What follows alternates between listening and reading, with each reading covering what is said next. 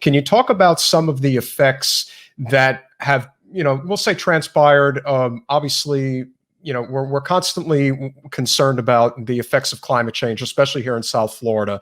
Are there any ways that it directly affects your ability to do your job?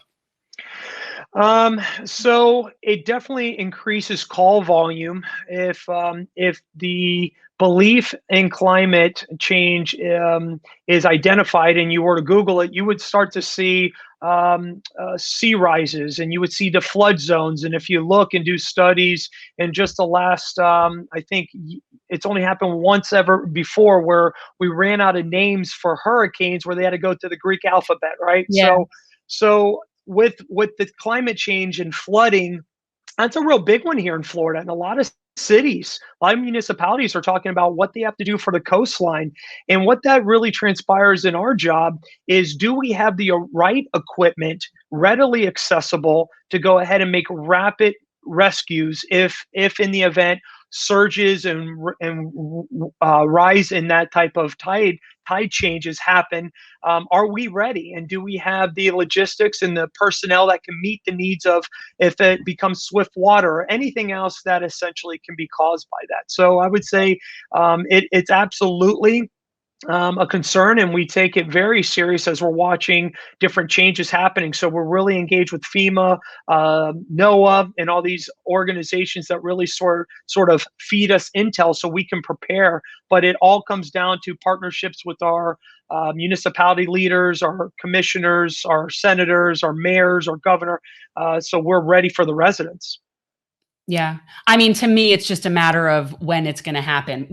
At this point, I feel like our infrastructure in general is so woefully inadequate. I'm talking about more physical infrastructure, not people power. But like, to me, we could have what, years ago, a Category 1 hurricane that would come over us and we would be like, yeah, whatever, that's fine. But now, because of climate change, it sits on top for so long, flooding. And our infrastructure, our pipes, our sewage, all of those things are so not maintained and are in such a bad way. And to me, all of those things will make your life harder. Absolutely.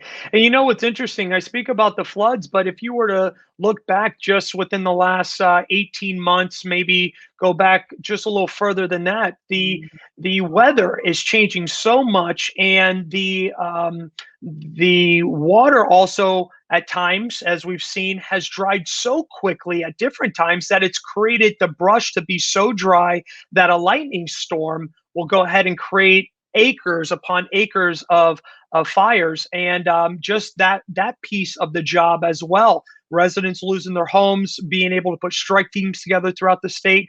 I mean, that's been amazing in itself as well. In the Everglades, it's definitely something that, you're right, having the right amount of personnel to put involved in these emergencies is also an issue of not having enough. Right. That's a very good point, Jason. And I think when we think about, what can we do to make your job easier? Less cops, more firefighters. Well, people. That's not what I was alluding to. That's what I was thinking. As soon as you were talking about reality, I'm thinking, defund the police. That's a bad increase word. The funding. I'm just saying, in my mind, I can see the money going from the blue to the red. I'm just thinking. Just thinking out loud. I was just wondering what your thoughts are as far as the infrastructure goes, because it seems that we're severely outdated when it comes to our energy grid. And how much of a difference would it make if we were to really transition to much more of an alternative or even green energy grid that focused on solar, wind, geothermal? I mean, listen, we've even had a conversation about nuclear and whether or not that would be much more justifiable than anything related to, especially fracking and, of course, coal and natural gas. So when they mess with the Everglades. Yeah. So what are your thoughts on that? Wow. So that goes real deep. So Turkey Point is one of the things I start thinking about when we think about energy, and I think about what it takes to be on the standby group for what it happens if that energy grid has an issue, and how many groups that will affect, and resources that have to be brought in to mitigate the emergency. So, I think that's a real profound question that I would have to really look into a little further. As far as with the change of energy, I definitely would say this. in our career, we don't have one option that we can pull from. We have to have 3 or 4 options at any one time to pivot to. So I would say the same has to go with energy. You can't have just one focus point and all your eggs in one basket.